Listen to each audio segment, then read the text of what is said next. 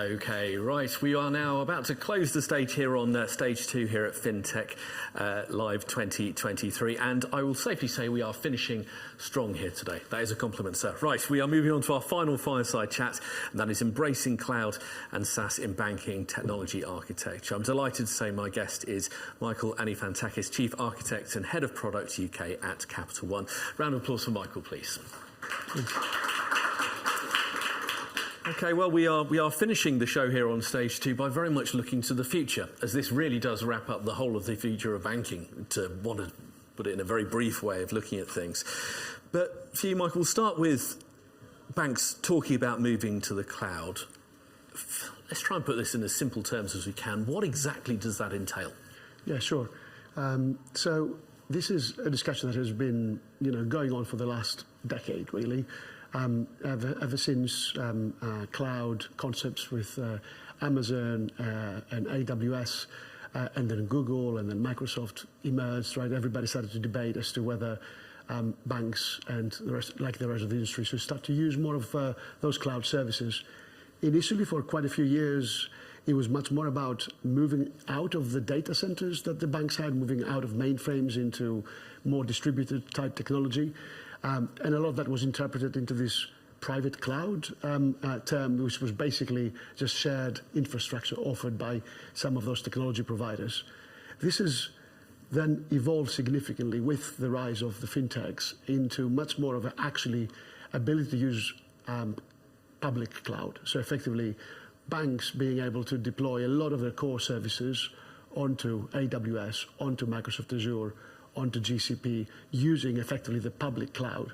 And that became much more much more powerful, because by doing that, you also take advantage of a lot of the additional services that are in the cloud. So it switched from I'm moving it for infrastructure reasons to much more I'm moving because as part of that, I'm changing also the way I develop my technology to take into advantage all of the actual services that are already there and therefore accelerate the delivery that I'm doing. So that's where we are currently in the industry. Well, let's give it some context, because I'm sure everyone is looking at it in different ways and approaching that situation in different ways. Now, I'm fully aware you can't go into super granular detail, but how exactly are CapitalOne approaching that playing field? Yeah, sure. So again, I don't know how many people have heard of CapitalOne. In the UK, if people are here in the UK, is mainly a credit card company, so we do consumer lending, credit card lending in the UK.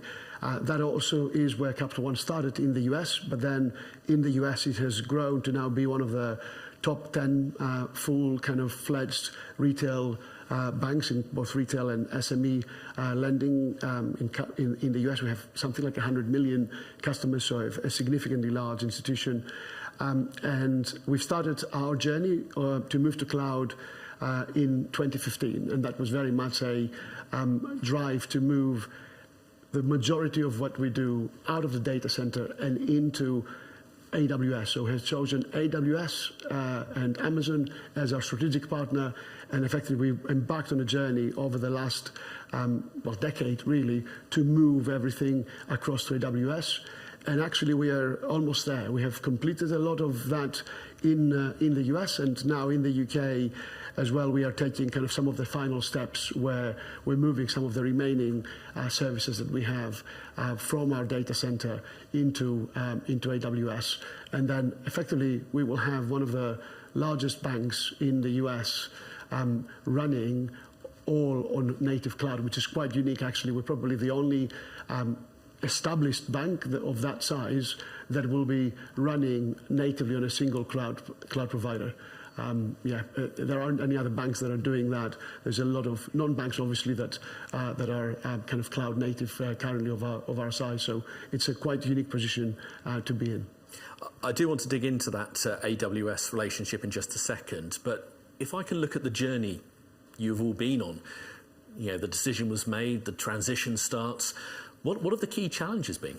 Yeah, I mean, interestingly, you talked about the decision was made. I think a lot of how that actually worked through at CapitalOne, which is different to some of the other banks I've worked on, is that CapitalOne's CEO, who is actually the CEO and founder of CapitalOne, Rich Fairbank, actually is a person that really sees the future and really pivots the company in the way that it can grow, because it's the typical kind of this is not Silicon Valley, but it's that type of person in the US that actually owns the vision and owns the strategy. So Rich came across CapitalOne back in 2015 and basically said, look, I've just seen that cloud is the future. We have to become a technology company, and therefore I want everybody to head for a cloud exit within the next 5 years. And that basically was a significant kind of rule, kind of call for everybody to start to move towards that direction. And there was a lot of challenges, right, in terms of also, as you started, we were one of the first companies to start to adopt public cloud. So therefore, how do you actually ensure that the cloud is resilient? How do you ensure that we're protected from a data and cyber perspective? All of those things were very, very big challenges that we were facing. But because the mandate from the top of the house was there, very much this is not something that technology is driving, but something that the strategy of the bank is leading on.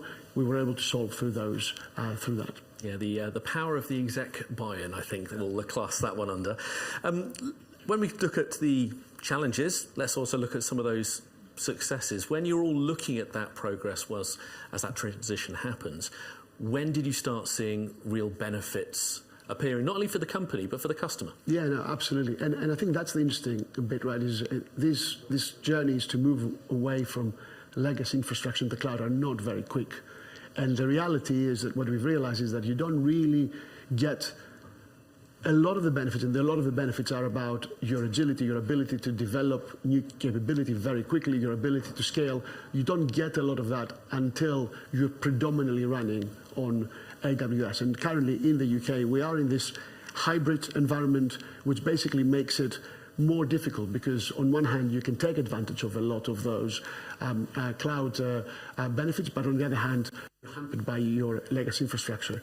So I think in areas where we've moved fully to the cloud, you can see how much more scalable and how much more resilient we are now, and right, our ability to have services available for customers 24/7 without any downtime and reduce availability is there. Our ability to develop new services very, very quickly is there. Our ability to process data in much more scale than ever before, and store data than ever before is also there. And all of that is resulting into a much more increased ability to serve the customers better and create new products and services for them. Can you give an example of a service that you've been able to put to market or improve quickly because of that cloud infrastructure? Yeah, I mean, again, it's not about the cloud itself, but it's also the full ways of working that you have around it, right? So again, the ability to innovate much more quickly with smaller teams and develop applications and services on the cloud is something that basically we have many examples of, right? This is now ingrained as the way that we work. Again, interestingly, we haven't talked about the other angle in all of this, right? Which is the SaaS angle. Again, SaaS is an additional layer, effectively, in my mind, on top of the basic cloud infrastructure. With software as a service, you get also fintechs and software providers that are giving you functionality that you can utilize and deploy much, much quicker. And therefore, instead of building a lot of this yourself, you start to accelerate your ability to put those products and services in the market. And I think that being brought on top of cloud is what gives you an even greater ability. So again, we are the first company that actually effectively, let's not say invented, but actually, as with everything, made SaaS a very acceptable generic term in the market. Was Salesforce, right? And again, we have started to use Salesforce in CapitalOne, and our ability to develop capability for our customers using Salesforce together with our AWS environment basically means that we can do with one very small team what before we needed 40, 50 people to do over a year. And we have some examples of that where we actually transform some of our back office processes and how we process customers correspondence, for example, in the UK, where we improved the time that it takes to to respond to customers, the effort that it takes from our agents to do that, and the cost of it by using a combination of those technologies. If we do have time, I do want to dig in further to SaaS services, but I realise I've moved on past the AWS relationship, and I did want to go back to that. Because CapitalOne has chosen AWS as the cloud provider. A lot of other banks may be approaching more of a multi-cloud approach. I'm fascinated to know why that approach has been taken. Yeah, no, it is interesting, and this is one of those very big debates, and you hear it in the industry a lot over the last few years, right? Is a multi-cloud strategy the right strategy? Is a single cloud strategy the right strategy? And a lot of this has to do with how you're approaching it in terms of risk mitigation. The main risks that we see at CapitalOne that you want to try and address, one is a resiliency risk, which is, what is the level of availability I can get from my services in the cloud, and what happens if things that I don't control directly start to go wrong. The reality there is that actually you can have greater resilience, we think, by working with a single cloud provider and working like we do with Amazon as a partner in being able to run across multiple data centers, multiple availability zones, and also multiple regions in a very much active way. So effectively we have the ability to fall back from one Amazon region to another one within 15 minutes for all the new services that we are creating. That is extremely highly resilient, more than anything else that you can achieve. If you were to do this with two different providers, the ability to move data from Amazon to GCP and move processing across means that it is much more complex, and actually some of that isn't really achievable. So you compromise on that. The other risk, obviously, is security, is cybersecurity, how you make your data secure. Again, if you spend, we thought, more of our time and effort and our cyber's team time and effort in making one provider secure, scanning, closing all of the risks, protecting all of our data. Effectively, we make our data more secure because we understand the risks of that cloud provider much better. If you have three cloud providers, they all have very different types of challenges, different complexity, more threats that you have to manage, and therefore you spread what you can do across three, and none of them is as secure as one. So again, that was part of the reason of how we address cyber risk. Now, the other bit, and again, you see that in the UK as well, with the regulator, there is a concern about concentration risk. If you have too many things with one provider, what happens if something significant happens to them? There is also commercial risk around what happens if they lock you in. And again, we address those risks in different ways, rather than saying to do that we need to have everything running across three cloud providers, because that is, again, not viable, we don't think. Okay, that explains that very well. What I did want to do was go to the audience to see if any questions. There's plenty more I want to ask you, but I don't want to hog you. I believe the first question was just on the second row. Alex, thank you. Thank you for being here. You made a point about a single cloud provider. There are other banks that were here who have a contrarian view and talk about their own cloud and other clouds. What's the rationale why you say that you get the level of flexibility with a single cloud provider versus what some of the other banks were stating? Yeah, I think I answered part of this, right, in terms of what we see as some of the drivers from a risk mitigation perspective.